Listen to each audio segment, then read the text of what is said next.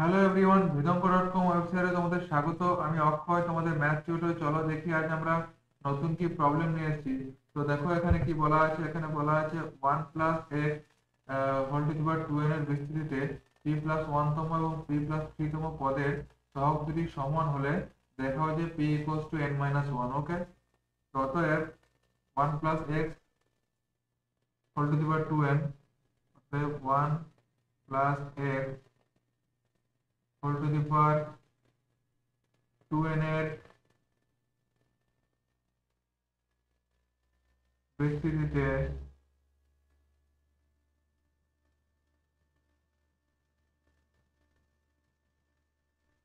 r+1 তম পদ হলো pr+1 = 2n cr into x to the power r। অতএব p+1 তম পদ, p+1 তম পদ p+1 = 2n cp into x to the power p, এবং p+3 তম পদ এবং p+3 তম পদ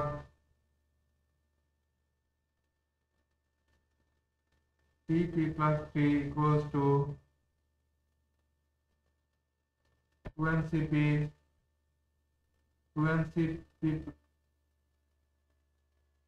plus 2 = 2n c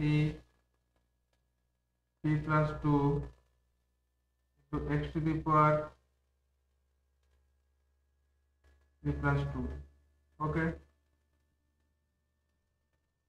অর্থাৎ প্রশ্ন অনুসারে p+1 তম পদের সহগ = p+3 তম পদের সহগ। প্রশ্ন অনুসারে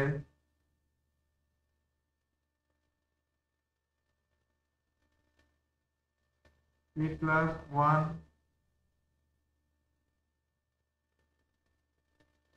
তম পদের সহগ p+3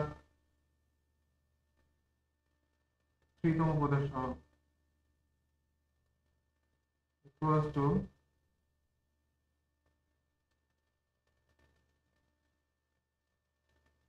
p+3 তম পদের সহগ।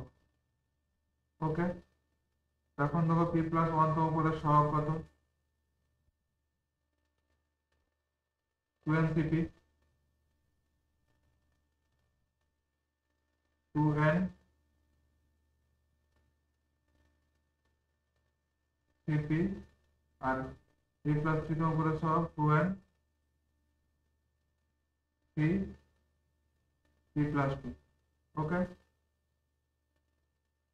তাহলে এখান থেকে আমরা বলতে পারি বা p+p+2 =